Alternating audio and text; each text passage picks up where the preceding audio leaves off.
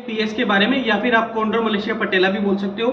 इसमें हम पटेला को अपलिफ्ट करते हैं क्योंकि वो नीचे ग्राइंड हो रहा होता है। तो इसकी टेक्निक क्या है, आपको 3 स्टेप काटनी है। ऐसे फर्स्ट स्टेप को आपको बीच में से हटाना है और पाँव को 90-90 के एंगल पे रखना है, जहाँ पे आपका पट खत्म हो रहा होता है। आप ऐसे देखेंगे तो जैसे यहाँ इनका टेंडन स्टार्ट हो गया और ऊपर पटेला बोन है, तो वहीं से इसको बीच में से हटाएंगे और दोनों तरफ एंकर देके इसको 50% से भी ज़्यादा आप स्ट्रेच कर सकते हो। स्ट्रेच करते हुए आप इसको यहाँ लगाएंगे और लास्ट में जो है उसको सिर्फ आपको पेस्ट करना है। तो ये हमारी फर्स्ट स्टेप है। सेकंड स्टेप के लिए पाँव का एंगल चेंज करेंगे, जिसमें हम 45 से 60 डिग्री के एंगल पे आएंगे और इस डायरेक्शन में ये टेप लगेगी। तो इसमें भी अब ये बड़ा टेप है तो इसमें बड़ा एंकर डालना है आपको, यहाँ पे रखते हुए पटेला के साइड से लेना है आपको और इसको सीधा यहाँ पे पेस्ट कर देना है।